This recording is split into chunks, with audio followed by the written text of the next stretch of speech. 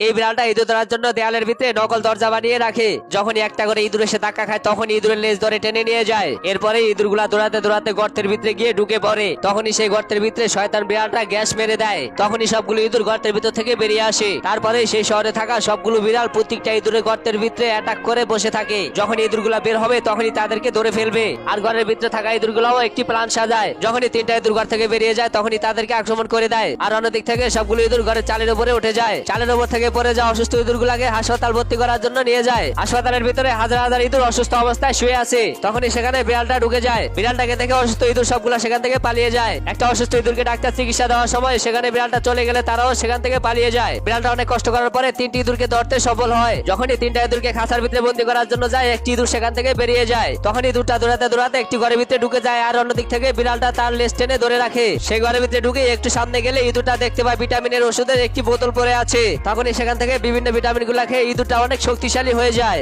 এরপরে তার বন্ধু বন্দী হওয়া ইঁদুরগুলাকে সেখান থেকে উড়িয়ে নিয়ে আসে। তখনই বিড়ালগুলা ইঁদুরটাকে গুলি করতে শুরু করে দেয়। কারণ ইঁদুরটা ভিটামিন খেয়ে তার শরীরে অনেক শক্তি থাকার কারণে গুলিতে কিছুই হচ্ছে না। ভিটামিন খাওয়া শক্তি দিয়ে সবগুলা বিড়ালকে সাহায্য করে দেয়। তখনই সবগুলা বিড়াল ইঁদুরটাকে আক্রমণ করতে গেলে সবগুলাকে পিটিয়ে ঘরের ভিতরে ঢুকিয়ে দেয়। আর বিড়ালগুলা যে ঘরের ভিতরে বন্দী হয়ে থাকে সেই ঘরটাকে নিয়ে আকাশে তারার সাথে লাগিয়ে দেয়। তখনই তারা সেই ঘর থেকে পড়ে গিয়ে চাঁদের ভিতরে আটকে যায়। আর সবগুলো ইঁদুর তাকে রানী বানিয়ে পুরা গ্রাম ঘুরতে থাকে।